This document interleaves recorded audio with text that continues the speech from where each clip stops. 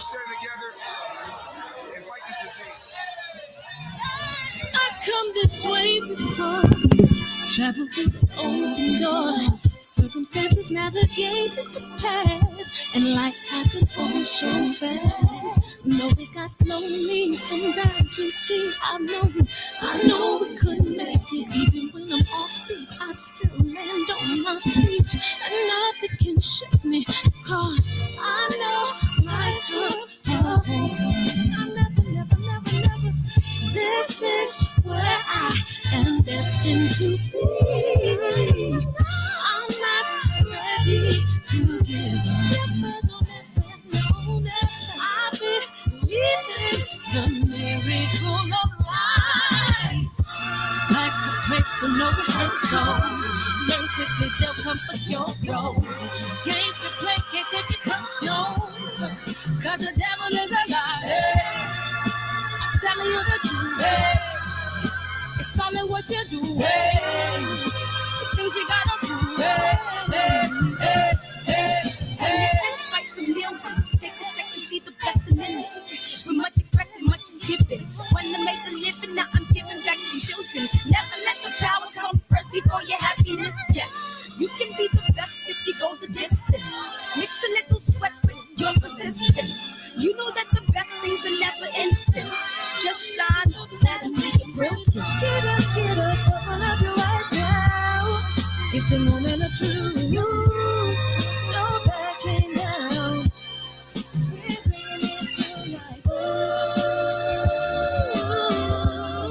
for the children, it's a given. You gotta give it, be a blessing.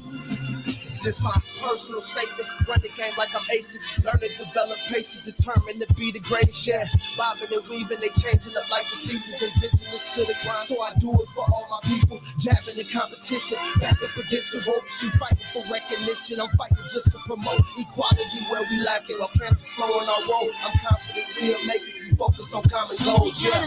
Give back, give love, giving something away. Never give up, stand tall to fight another day. 2 toes, 2 feet, I stand on the ground. I'm going back soon and fight this final round. Life's a play for no rehearsal. Learn quickly, they'll come for your role. Games we play, can't take it personal, cause the devil is a liar. Telling you the truth, hey. It's all in what you do, hey. Some things you gotta do, hey.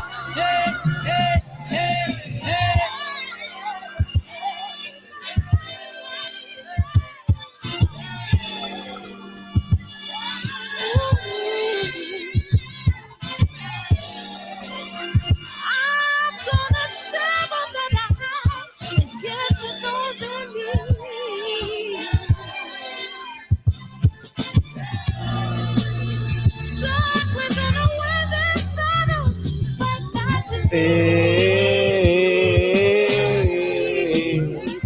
No more.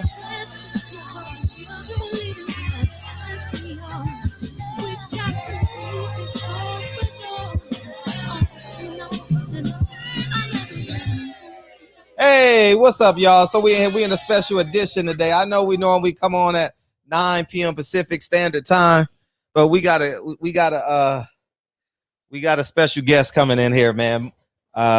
Councilman of the 10th District, Mark Ridley-Thomas, man. He's been a pillar in Los Angeles for so long, man. I'm glad he was able to come into the barbershop and spend some time with us, man. And I'm very interested in what's next for LA, man. He's going to share what's up with LA, man. I told you, man. Yeah, oh, you ain't seen the Wilder interview was on my other channel. This is Barbershop Conversation Live. So go to Barbershop Conversations and go check it out. It's been up since last night, 2 a.m. last night. So go ahead and check that out. You'll thoroughly enjoy it. Man, everyone's commenting on that interview, dog. Everybody's talking about that interview, dog. Man, I think my phone about to die for the amount of people that's responded. And it's because of y'all. It's because y'all support me, man. and y'all inspire and encourage me to do what I do. So I just want to say thank y'all, man. In the past 7 days, we've done something extraordinary. And from Earl Spence to WBC to Deontay Wilder, you put this week up against anybody, right? Money in the Ghetto. Then I had goosebumps twice in that interview. I think if you heard me, I think I said it. If you put what we've done in the barbershop against anybody, ABC, NBC, ESPN, we in the lead. You know, we up by 13 going into the fourth quarter. You know what I mean? So, you know what I mean? Can't stop, won't stop attitude, man. What's up, DB? Your man's coming to the shop, man. Mark Ridley-Thomas, man. And it's gonna be a great conversation, man. We got Juneteenth in his district. You know, Lamert Park is very near and dear to my heart. You guys, if you follow me on Instagram, you know I spend a lot of time in Lamert Park. The first place I go is when I need something. I drive through Lamert Park to go to anywhere. If I'm going to the store, I always drive through Lamert Park to see if they have it before I go anywhere. And I don't care if it's $2 more, 50 cents more, maybe it's $1 cheaper. You know, I always drive through there to discount double check. You know what I mean? And from coffee to coffee tables, you know what I mean? And I'm glad that Mark Ridley-Thomas chose to come in here today. It shows that he's a man of the people. You know, he's extremely busy. You know, being a councilman in a city like this, insane. And his district is the size of cities in middle of America. So I'm definitely excited to hear what he has to say. And we gonna build from there. So yeah, DB start dropping jewels. Yeah, home. Yeah, DB was amazing. Yeah, DB. Yeah, it was fun, man. I like where we're at. You know what I mean? I like that we're building. The city today was Jamel Charlo Day, and you know what they held up? The belt. Shout out to the barbershop, man. We making an impact worldwide, man. They in Houston celebrating Juneteenth with the WBC belt. Allow that to sink in, and feel free to have your opinion about the belt. As I told you guys, my Alex Carrillo, Mark he's very poised too. He's very poised and upright, you know. And I've only seen him from afar. You know, I've only had 30-second conversations with him at a time, you know. But I'm excited to have him. So he'll be here any moment now, and we'll rock out from there. So, but yeah, man, it's forgot what I just said, but we oh yeah, about the belt. Give yourselves a round of applause at some point. Put some sprinkles on your sundae. You know, and put 2 cherries on top of it, man. Some extra whipped cream, because what we're doing in the shop is rather extraordinary, and we're powered and fueled by the people. You know, no endorsements, no one saying yes, you have permission. You know what I mean? All this is just engineered by PPD, DB, and me. Yeah. And the people. You know what I mean? And power to the people. You know what I mean? As the great Huey P. Newton would say, power to the people. So yeah, we're just waiting for him to pop in, and we're gonna have a great time for maybe a half an hour or so. And where's LA going? You know, he just got elected in November. Where are we going? And yeah, he was the county supervisor, and Holly Mitchell is now the county supervisor that represents us. Y'all know she was in the shop, and now we have Mark Ridley-Thomas. So PPD, DB, and me. Yeah. There it is. You know what I mean? That needs to be on the shirt. Hey, what Shaq say? Underdog, put that on a t-shirt. And I'm gonna keep on saying this because this needs to be acknowledged. Our voice has never cracked in the presence of people in position of power. Whether you've been a caller, whether you've super chatted, or whether you've hosted the show or produced the show, we've never wavered. We don't beg people to come on the show. We ask them kindly, respectfully. We accommodate them as best as the barbershop can, and we make it do what it do, man. You know, we make it do what it do. So I like the space that we're in, man. And I'm wearing this sweater all day today to pay my respects. You know what I mean? I'm gonna do an Instagram video later. But yeah, I'm just forever emaciated in grace right now. You know, even Carissa Shields reposted the video today, and I sent her a message. I said, Carissa, I know we don't always agree, and my tone and delivery may be different, but I've never rooted against you, never. And I was trying to make that riff so they can get that money. You know what I mean? I was trying to get a community behind them, but she didn't see it then. And maybe I could have framed it a little bit different because I've never really had a conversation with Carissa. So maybe she didn't really see my angle, you know what I mean, as it pertained with this. I think that's the female super fight here in America with Raquel Miller. So maybe she didn't fully see it, but she reposted it today. And I sent her a message and she reposted it on her story. So that's a start in the right direction. You know what I mean? Oh yeah, Marius Lee and I were to talk about this fist fight. Said, yeah, he never came in that day. He confirmed and everything. We're gonna have him in the shop, man. Hey, what'd he say? God is good. What'd he say? What up, Taylor Bell? What'd he say? Hey, DB, phenomenal interview. DB, phenomenal interview, man. You know what I mean? Shout out to Tay Jones. Shout out to Chris. Shout out to Deontay Wilder. You know what I mean? Yeah, I've never rooted against Carissa. I just know how special she is. And I know how challenging it is for female boxing. You know, I understand how challenging it is for women's boxing. And I think her and Raquel Miller can be a big fight. I think they can build that up. In Jesus' name. Yeah, in Jesus' name. Thank you. So we will continue to build. And we'll see. Yeah, 30 minutes. So we got a 30. Thank you, PPD. 30 minutes. So we got 30 minutes and we out of here. You know what I mean? I got to go check on some things for the film and we going to rock and roll. I'm ready. I'm ready when he is, PPD. Thank you. And Mark Ridley-Thomas is coming into the shop, man. How cool is that? So my connection, I don't have a connection to him, but he went to Manual Arts High School, if I'm not mistaken. And the first movie I ever did was on two Manual Arts alumni, Dwayne Poley and Freeman Williams Jr.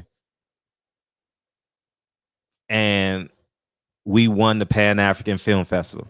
Every time I make a film, I want to win the Pan-African Film Festival. I don't care about an Emmy. I don't care about an Oscar. I don't care about whatever it is. Every time I do a film, I'm like, man, I want to get in the Pan-African Film Festival. And second, I want to win it. So that's my goal every time I do a film. And right now I'm in this incredible creative space, man. And I can't wait to share it with y'all. You know, I've made some extreme sacrifices the past 6 months as it pertains to my personal life and my creative life. And we got the king in the building, man. The king is in the building, man. We appreciate you coming in here this afternoon, man. With me, make it plain, man. Make it plain. Make it plain is the best documentary I've ever seen. You know that? Yeah, it's real plain. Yeah. How you doing, man? I appreciate you great. Coming in the shop, man. Yeah, I'm glad to be here. Thank you. So we got a big weekend. We got a big weekend coming up. Juneteenth in your district. Leimert Park is going to be hot. It's going to be full of people. Talk to the people about it. Well, this is going to be a pretty extraordinary opportunity. We're going to open up the Leimert Park Plaza for the first time in 3 years. It's been closed. The gates are going to be wide open. We're going to have children's section so that the kids who are there can have a good time. The drum circle is going to be doing its thing. And these are sisters who are drummers, African drummers that do the whole thing. Then there's going to be obviously food and a whole bunch of things. And then DJ Quest is going to do what needs to be done to set us off right. And I can just tell you, that's just the opening of Park Plaza, and then we're going to move to 2 or 3 different stages throughout the day, making sure that everyone has a good time celebrating Juneteenth, 2021 in Lemert Park Village. There's nothing like it. I declare it's going to be the strongest, the boldest, the hottest Juneteenth celebration in all of Los Angeles. So everybody ought to come to the village. That is Lemert Park Village, and it's LA Rising, and it's a good thing. Come have a lot of fun. Support the merchants that are there doing the whole thing with food, with wares of a lot of sort, and it's a good thing. Yeah, and speaking of, it starts at 11 o'clock. It starts at 11 a.m. 11 in the morning. Then we go right into the full-blown events at 12 noon sharp. So it's going to be on. Oh, it's going to be all the way on. It's going to be popping. It's going to be on and popping. I can't wait to line dance. You know what I mean? I can't wait to two-step. You know what I'm saying? Yeah, the second dance too. The second line. Hey, let's see. You're going to be getting that electric slide on.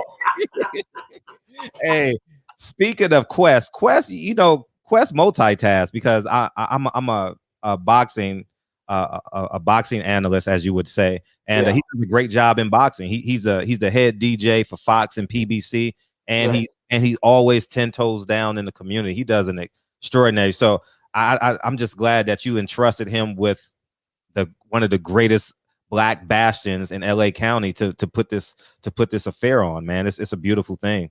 Well, you know what I like about what you're saying? It's all positive. And what I have to say about Quest is that he's bringing positivity. Right. He speaks the language of peace and empowerment and uplift for our communities. Lemert Park Village is the Los Angeles hub of Afrocentric commerce and culture.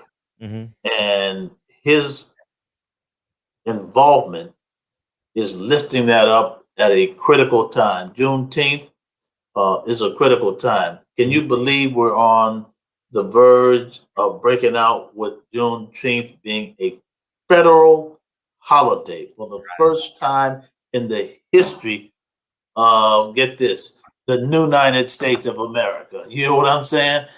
It's all of that. And so it's a lot of positive going on here. And I want to give you a shout out for being a part of what's positive.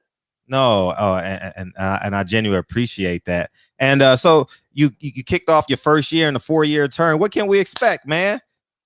Well, you expect a serious standing up to doubling down on the issue of homelessness.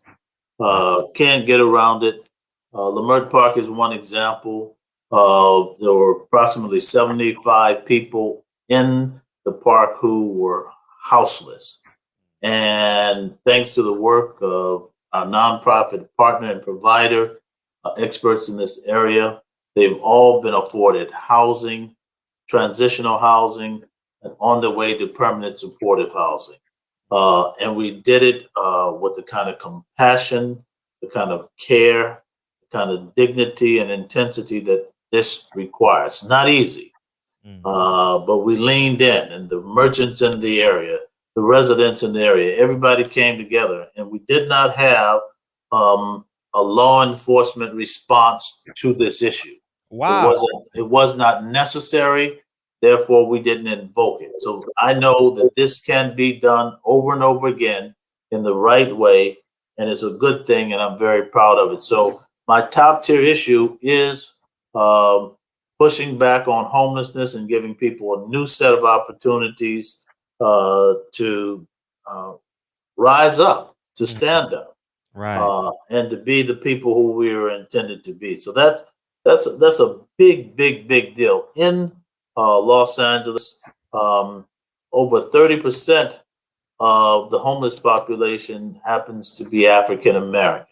Not just that happens to be African American. We know what racism does how it defines so many aspects of our lives, whether it's in housing, whether it's in jobs, whether it's in education.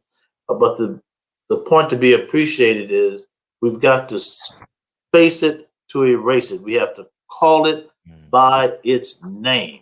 Wow. And this level of social injustice and inequity has to be confronted. We have unfinished business, and to the extent that that is the case, we just have to do what we have to do. Right. So homelessness is a top tier issue. You can't ignore it. We have to deal with the issue of law enforcement accountability, excessive use of force from one end of the nation to the next. Los Angeles City and Los Angeles County, these two jurisdictions are no exception. This has been a long-term fight in which I've been engaged since I was executive director of the Southern Christian Leadership Conference founded by Martin Luther King. And we will not turn back. The notion that we are still fighting this fight, and in some ways it's gotten worse, is a lot to think about. You hear what I'm saying? The use of force on the part of law enforcement aimed largely at African American males. In many instances, the majority of those instances, as documented, those men were unarmed. And we will never stop speaking truth to power until we get the kind of justice that we seek. That's our charge. That's our commitment. How, by the way, the co-host is DB Mark Ridley-Thomas. He actually lives in your district. Yes, indeed. How you feeling, sir? Yeah, I'm all right, man. Good to hear you. You all right? I'm feeling great. Thank you for being here with us today. I appreciate the opportunity. Glad to do it. Yes, indeed. Let me start with saying, first off, I'm extremely happy that you are already addressing the issue of homelessness and being houseless in the city of Los Angeles. I'm a big advocate for our city. I feel like I'm an ambassador for the city of Los Angeles, right. And I love when people come here from outside the city, outside the state, and outside of the country. And I like to show them all the beautiful things that we have in our city. But one thing that's really been a black eye on our city is the issue of homelessness and how ugly it looks. But that's just the aesthetic part of it. But there's obviously some more deep issues that we have to address. And I'm glad to know that that's definitely at the top of the list of getting some things done. So I appreciate that. If we don't, well, you're spot on, man, because if we don't do that, we're not going to do much, because it's defining way too much of our lives. And every one of us knows somebody who's homeless. Sometimes we know them by name, and we knew them when they went to school with us. They graduated high school with us. And they fell on hard times. Right. They were subject to a number of forms of substance use and addiction. They became unemployed and couldn't pick themselves back up. They had tough times in terms of mental illness, and it's our job never, ever to leave them down. It's our job to help lift them up and to restore them to a level of dignity that they deserve. After all, we are no better than they are. Right. They are our brothers, they are our sisters, and sometimes I mean that quite literally, that is biologically. We've got to do what we know we have to do. Now that's straight barbershop talk right there. Yeah. It's got to be what it got to be. I think I'm right about that, am I not? No, you are, absolutely. Let me ask you guys, can you hear me clearly? I can. Okay, good. There you go. Let me ask you this. This may be now, let me just tell you something. Another barbershop point. When my wife asks me that, I don't give the same response. She said, "Can you hear me clearly?" I said, Yes. What'd you say? Man, I'm 42 years in. I'm lucky I can hear anything. That's right. That's right. Let me ask you this question right here. What do you feel has been your most significant contribution to the city of Los Angeles since you've been in leadership for quite some time? Well, there's a lot going on. I think most would answer that in terms of the transformation of the Martin Luther King Medical Campus Mm. in the Watts Willowbrook community. Mm-hmm. We put together $1 billion and has essentially made that a place that's practically unrecognizable in terms of all the things that are there. The hospital, the behavioral health center, Drew University of Medicine and Science, so many things of which I'm very proud in that context. But we went from there and we argued forcefully at the Metropolitan Transportation Authority, where we said that Crenshaw ought to be a candidate corridor. Now we have, in the memory of Tom Bradley and Julian Dixon, a train going from Exposition Boulevard all the way to LAX. We call it Crenshaw to LAX. That's a huge investment. That's 2.2 billion in terms of public funds. We leaned in hard to make sure more affordable housing was built. So by the time I left my previous assignment at the Los Angeles County Board of Supervisors, we had pretty much put forth 6,000 new units of affordable housing.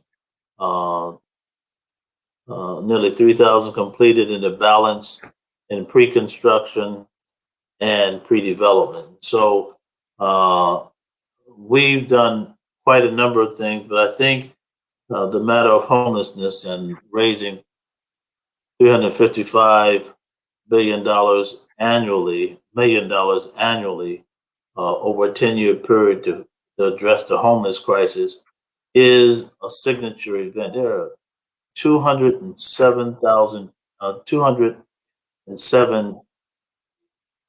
people who come out of homelessness every day in this county, Wow. but 227 fall in every day. So you see, we're taking on water. Without that Measure H money, that 355 million, it would be much more than that. So those are some of the things that I've worked on. One of my signature commitments, of course, is the Empowerment Congress, which we started in the early 90s, that is about educating, engaging, and empowering our residents to do what we do. And it deals with a diverse constituency of representatives from faith communities, from neighborhood councils, block clubs, the whole nine, to say, look, we want in.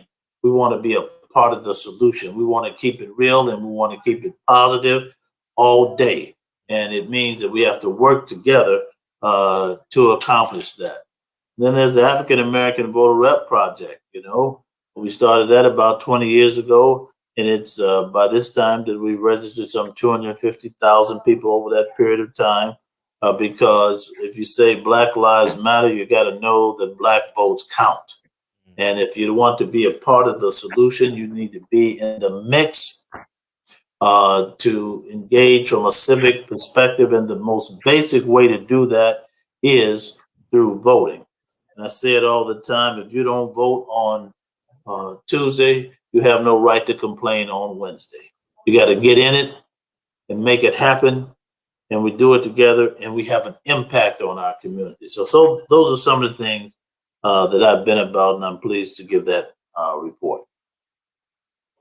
I just want to follow up with saying, outside of the homelessness issue, what are 3 tangible things that people of our district, and I'd like to say I'm a representative of districts 8, 9, and 10 because me and my family are in this area, but what are some of the 3 tangible things that the citizens of this community can do to better our community?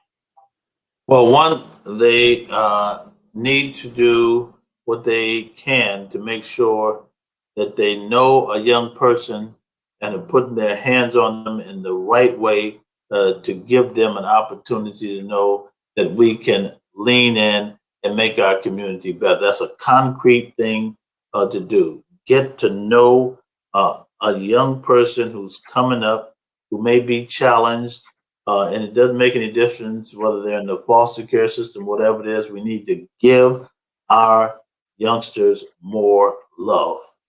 The second thing I want to suggest, support businesses that are owned and operated in our communities and look like the people who are a part of our community.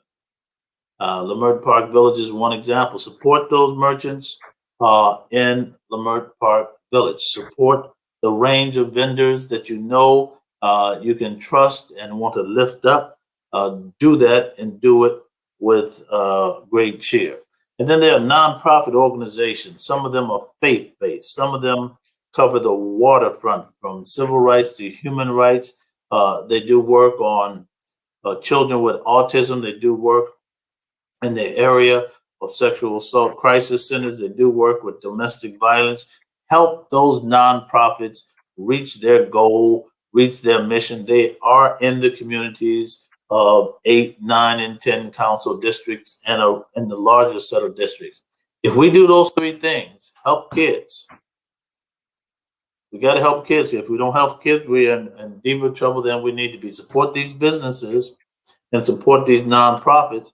We're on to something. We're up to something, and we're stronger and better as a result of that. How's the dialogue with going on up top with the sheriffs as it pertains to the lawsuit that I believe the mayor of Compton, Asia Brown, and Holly Mitchell, right? Holly Mitchell, who's now the supervisor over there, and she was actually in the shop when she was running, and go towards the conversation, the dialogue, and what we want to implement in terms of the LAPD and keeping our Black and brown brothers safe. Well, this is the deal. Police accountability has to be a top tier issue. It's not a comfortable discussion. It's hard, and not everybody wants to deal with it. But unless you hold law enforcement accountable, bad things will happen. There's just no two ways about it. Now, I want to make it very, very clear. I'm not anti-police, never have been, nor shall I ever be. But I am anti-police abuse, anti-police misconduct, anti-police corruption. And all those things do happen.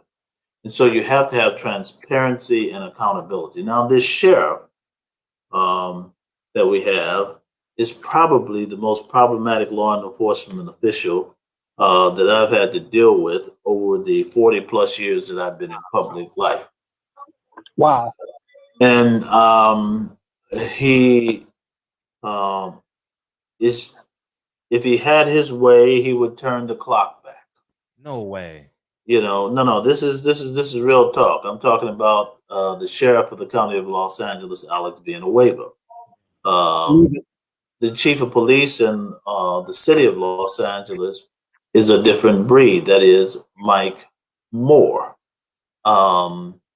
He's inclined to be more accountable, the chief of police in the city of Los Angeles, than the sheriff in the county of Los Angeles.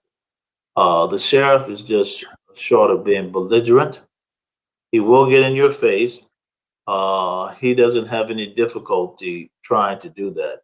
And that's why we've hauled his butt to court any number of times. And each time we've done so, we have won. And so the dialogue is made much more difficult with him. The dialogue with the chief of police in the city is an easier dialogue.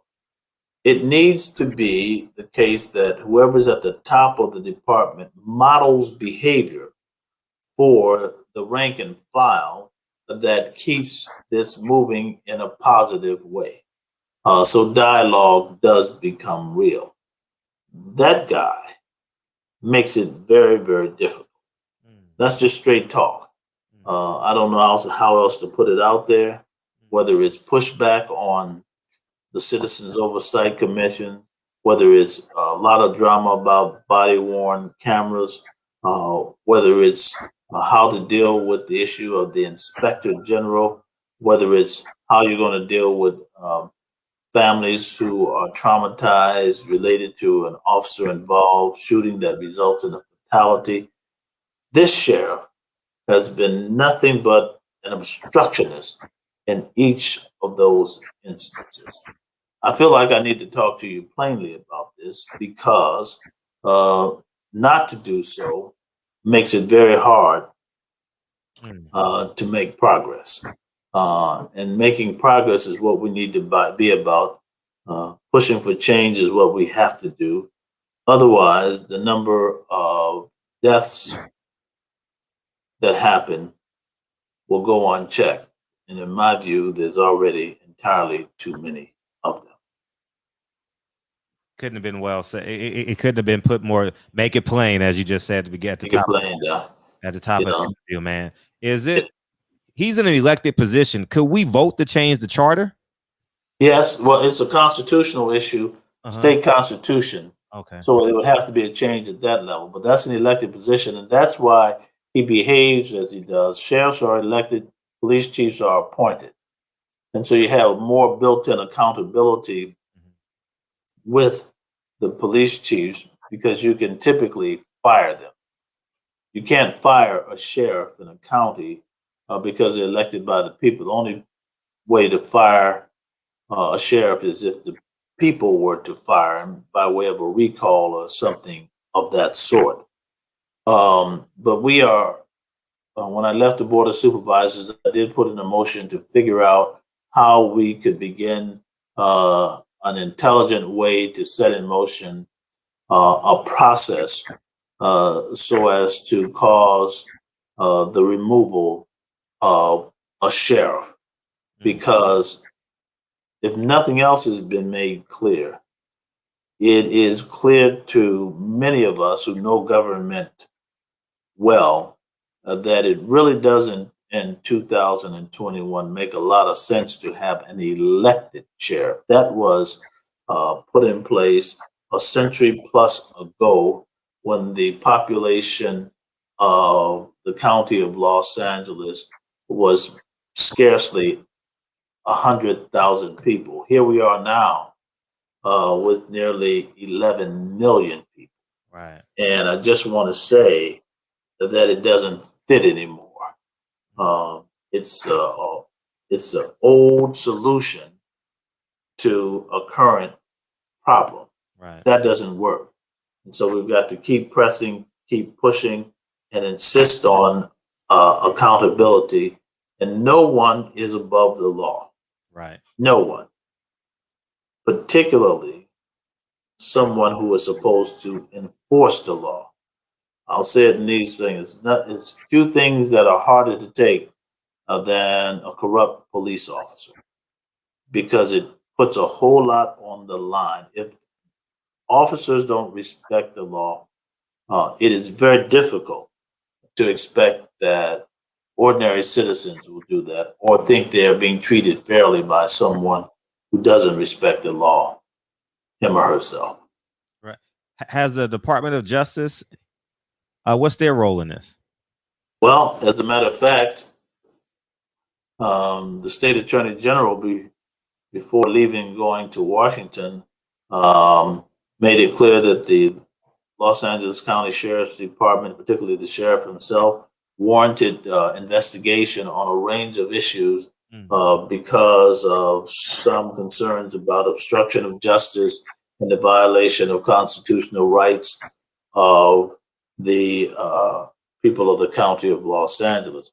Add to that, the district attorney has put in place, with the consent of the Board of Supervisors, allocating the resources, a special prosecutor, because it has been determined that there's been too many officer-involved shootings where there was no accountability. And so the current DA, George Gascon, has said we're going to review those cases one by one to make it abundantly clear that there was no need for an investigation, or that there was. And if there was a need for an investigation, there will be an investigation. Be reminded of the fact that in the case of a homicide, those cases are not closed until they are ultimately resolved. They remain open, and it doesn't make any difference who the perpetrator was. So if it is determined to be an act of homicide, murder, and or whatever else the category may be. Those cases remain fair game for further review so justice can be done. Right. DB? You're good. Let me ask you, what are you doing specifically in the Mark Ridley-Thomas office doing specifically to maintain the integrity of our culture through this gentrification period? Well, I think the investment that we make is in making sure that indigenous developers get a shot at what it means to improve our communities. So, from my perspective, what we do is invest in projects that are critical, top tier projects, meaning housing that's affordable. And part of the gentrification conversation is that people can't afford the new projects that are built. The public sector has the capacity and the responsibility to make sure that people have affordable housing. And I mean quality affordable housing.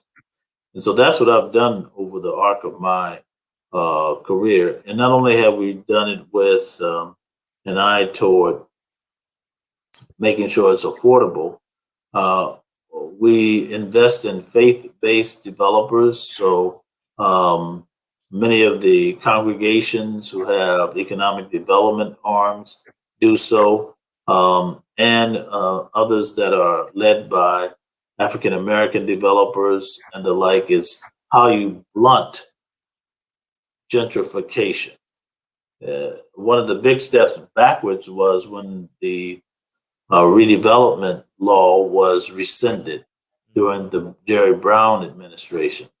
And it took the tools out of our hand in terms of the right of eminent domain and other options.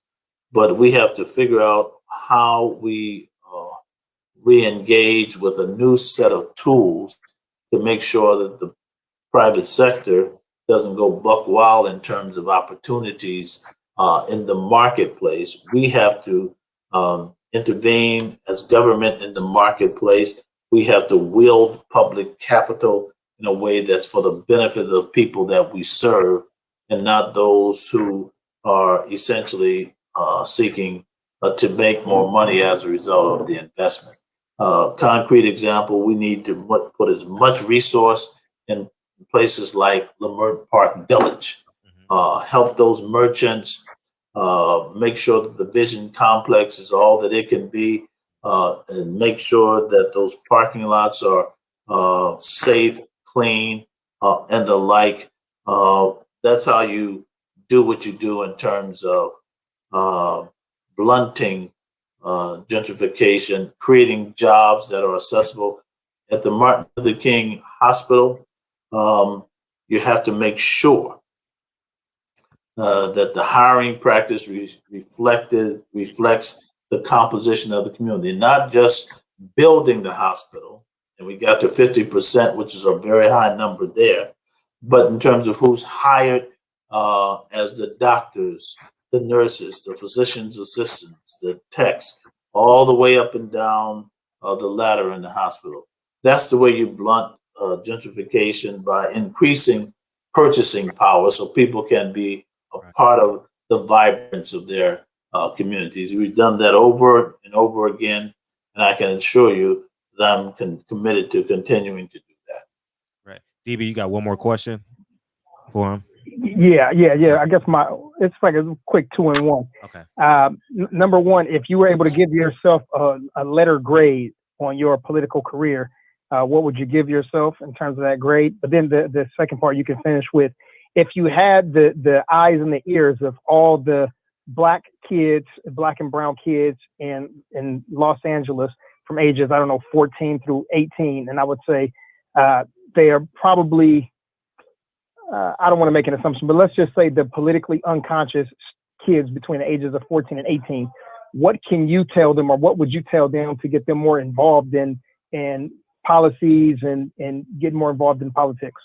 Before you answer that, you got Mark Ridley-Thomas. Reggie Owen says, I remember meeting you as a kid at Reverend Norman Johnson Church across the street from Washington High School. Yeah. Hey, Reggie, what's going on? Appreciate it. You know, I was involved in the Children's Defense Fund Freedom Schools. Freedom Schools came online during the height of the Civil Rights era, when parents were doing demonstrations and the kids had to be cared for. So they started Freedom Schools and they sang those songs and they taught them how to read and so forth. And so we replicated many of those instances throughout Los Angeles in the summer months. It was a fascinating program. And so when I said put your hands on kids, it's that when you asked the question about what's the message to youngsters, it is that they are loved, they are affirmed, and they deserve to be supported in the fullness of who they are yet to be. That's our job. Marion Wright Edelman made it plain. She said, we don't have a problem with kids, we got a problem with adults. And the issue is that at one point, those adults were kids, and therefore they need love, they need attention, they need support to get it done. Then we need to have a curriculum that speaks to the question of racial justice and racial equity. And that's why on this coming Friday, I'll be introducing the motion on equity to speak about what real talk is in terms of reparation, real talk in terms of an equity audit around racial justice, to confront anti-Black racism in real terms at real times. And I'm an advocate of the respect for all people, regardless of your race, creed, or color. But the fundamental contradiction in the American enterprise has been the peculiar institution known as slavery. It was the first and most fundamental contradiction that still stalks the life of the nation. And so we got to get that racism off the backs, off the faces, off the bodies of our youngsters. Well, I don't know what grade I would give myself.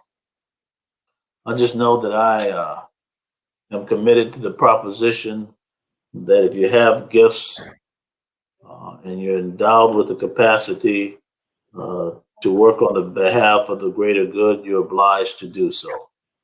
And that's what I have chosen to do for the last 30 years as a public official elected, first in the city council, then to the state assembly, then the state senate, then to the board of supervisors, and on the city council again, and we'll see what's next.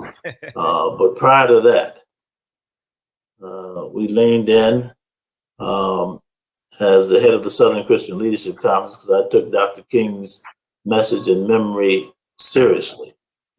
And 10 full years, we worked harder than at any point in time. I started that when I was 26 years old.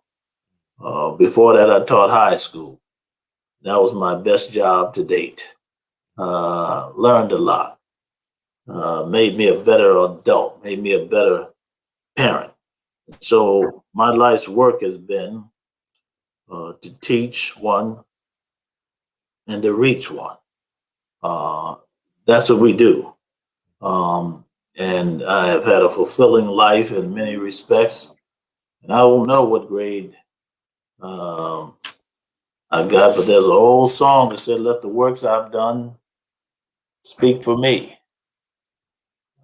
Let the works I've done speak to me. I went to my mother's grave on Memorial Day in Evergreen Cemetery, the first and oldest cemetery, I believe, in the city of Los Angeles that would bury dead people of color.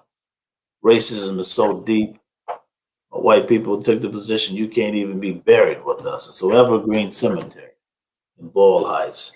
And the grave said, let the works I've done speak for me. When I'm resting in my grave and the stone has been rolled away, let the works I've done speak to me. Speak for me. Straight, old school, deep. And that's essentially the message I suspect I'll leave you with. And nothing like the barbershop, because you can tell it like it need to be told right up in here. No, you're absolutely right, man. This is definitely a free speech platform, man.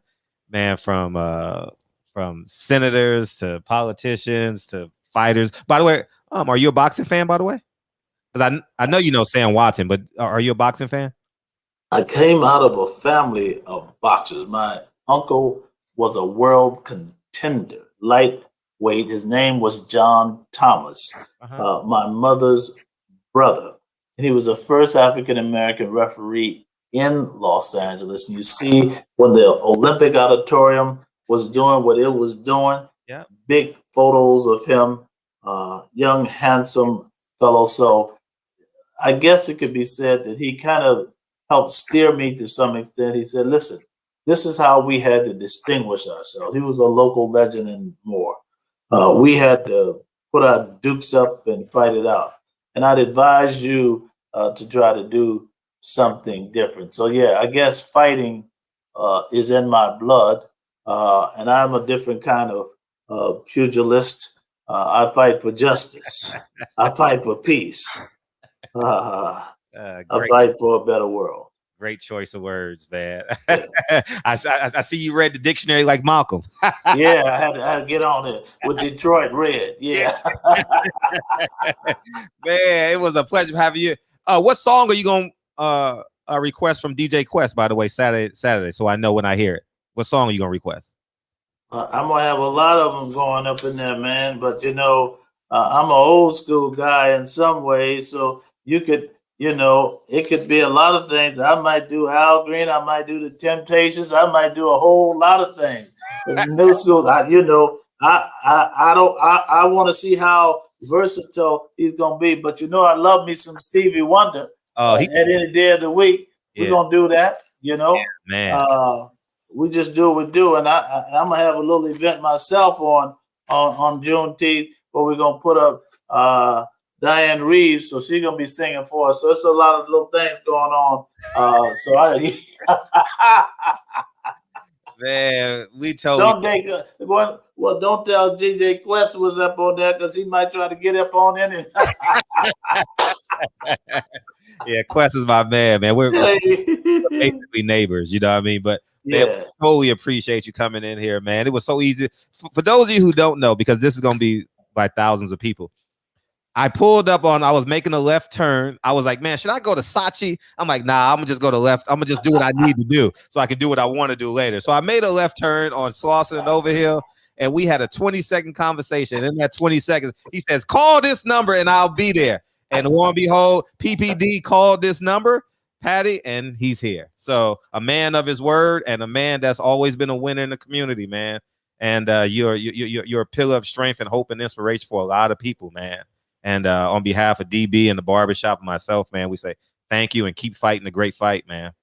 Well, I'm encouraged by your remarks, and I'll be more than happy to come back at any time and talk about the next phase of redevelopment along Slauson, and how we make our communities better. That's an example of how you push back on gentrification and let the local businesses come forward, from CJ's to Hilltop to Saatchi and all the rest of them. We did that whole area. I know. From you know what I'm talking about, don't you? Yeah, I'm on my way to Catilia's right now to go pick up something. She just designed something for me. That's what you gotta do. The African shop over there and all of that. And you know that before people were talking about veggie burgers and vegetarian meals, they had a spot over there right there. You know what I'm trying to say. Yeah. We here, man. That's my neighborhood, man. That's my hood, man. And thank you for coming in, man. And I see you at a red light soon. Soon. Real soon. Appreciate you. Thank you, champion. Thank you, man. Treat all the time, brother. Thank you, Mark. Thank you. Mark really hot. Thank you, BJ. Yeah. Appreciate you. How cool is he? How cool is that? Yeah, that was dope. That was dope. Yeah, man. We need that. We need a full hour, man. We need like a full hour and 15 at least. Yeah, I think we earned it the next time. You know, his manager, I know she said 30 minutes, so I want to stick to it the first time. You know what I mean? Yeah. But to respect but the yeah, time. Yes, yeah. indeed. But I really am Man. on my way to 2 years ago pick something up for real. Yeah, no, I believe you. Should I got to teach a class, and I told somebody to cover for me just for a few minutes. Okay. I'm like, cover for me for 30 minutes, but this class it's a kids class. This is almost over, but I got to get ready for this adult class in a second. And yeah, man. So I'll see y'all back here at 9 o'clock. But man, we got a couple of people in the house. The people that wasn't here for the majority of the chat was Dre Finest, Alex Carrillo. You know, my brother Opulent LD. Who else he had in there? I know Reggie was in there too. OG Dre Finest. D Patton came into the building, man. Sir Senior. So and of course, LA's own G Brown is in the building too, and Unique Don. So peace to y'all. Thank y'all for coming out, adding some spice to the chat, and you know, stay strong, man. Go eat, drink, and do whatever you need to do. But we'll see y'all back down here at the barbershop at 9 p.m. Pacific Standard Time. Play the song, Fred. All right, I'm not gonna play the whole song because I gotta go because I literally gotta be there by 6 o'clock. Love y'all. And as the hops, I gotta go to Slauson and over here right now. Love y'all, man. I'll see y'all in a minute, man. I'll see you at 9 o'clock, y'all. All right, love y'all.